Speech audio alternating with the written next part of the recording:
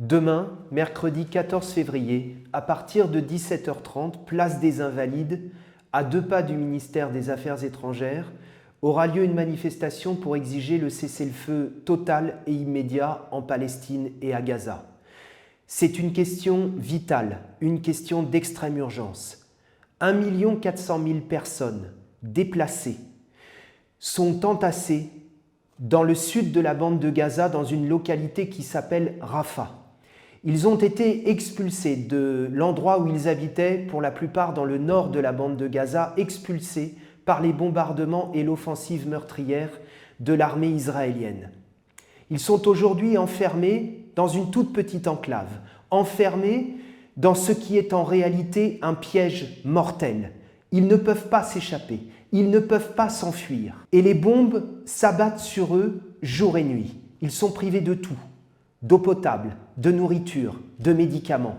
Bref, c'est un meurtre de masse, c'est un génocide qui a lieu en ce moment même, c'est l'horreur. Mais il ne suffit pas de dire et de dénoncer l'horreur.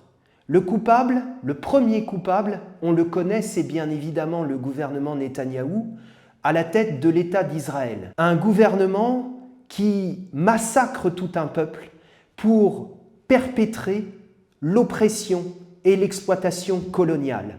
Un gouvernement qui massacre tout un peuple dans l'objectif de l'expulser, et de l'expulser des terres qui sont les siennes, et de réaliser ce que beaucoup, à juste titre, dénoncent comme étant un véritable nettoyage ethnique à grandeur nature. Et puis il y a les complices.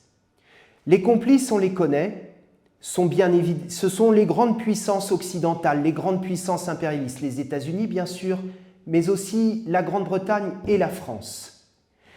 L'État français exporte chaque année pour plusieurs millions des armes et des munitions en direction de l'État d'Israël. Ces exportations et ces livraisons d'armes en ce moment même continuent.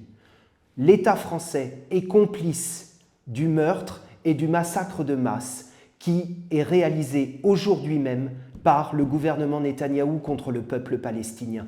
Alors, nous ne lâcherons jamais.